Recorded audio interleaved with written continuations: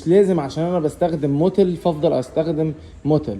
النهارده لو الحاجه غلت ممكن استغنى عنها بزيوت تانية. عندك زي مثلا البردال اللي قدامك ده، انا مش بسوق له، انا ما باخدش فلوس من اي حد، بس انا لما جيت قريت عن الهيستوري بتاعه لقيت ان البردال اصلا من بلجيكا، فاعتقد دي حاجه كويسه وسعره اقل. فليه افضل رابط نفسي انا مش بتكلم على موتل بالذات ولا وولف ولا ريبسول، يعني كله شركات محترمه ماشي، بس النهارده انا بتكلم في كاتيجوري الفلوس، السعر النهارده، فاهمين قصدي؟ فيعني ما تربطوش نفسكم قوي بموضوع الزيت ان انا بتعامل على كذا فهو يبقى هو ده.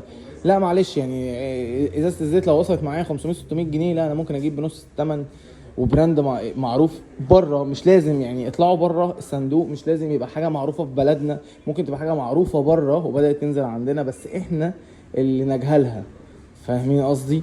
انا نفسي ممكن اكون اجهلها، عشان كده انا بدات اخش ابص على الهيستوري بتاع الشركات. يعني بصوا بردال لو جينا ركزنا، يا رب بس تقرفوا او تبان اصلا في الكاميرا، عايز اوريكم بس الكلمه اهي.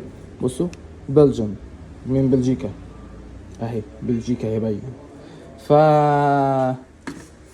يعني انا برضو دي تانية معلومه على السريع، ما تزنقش نفسك في زيت معين وتبقى مضطر ان انت دايما تشتريه، مش ده لازم.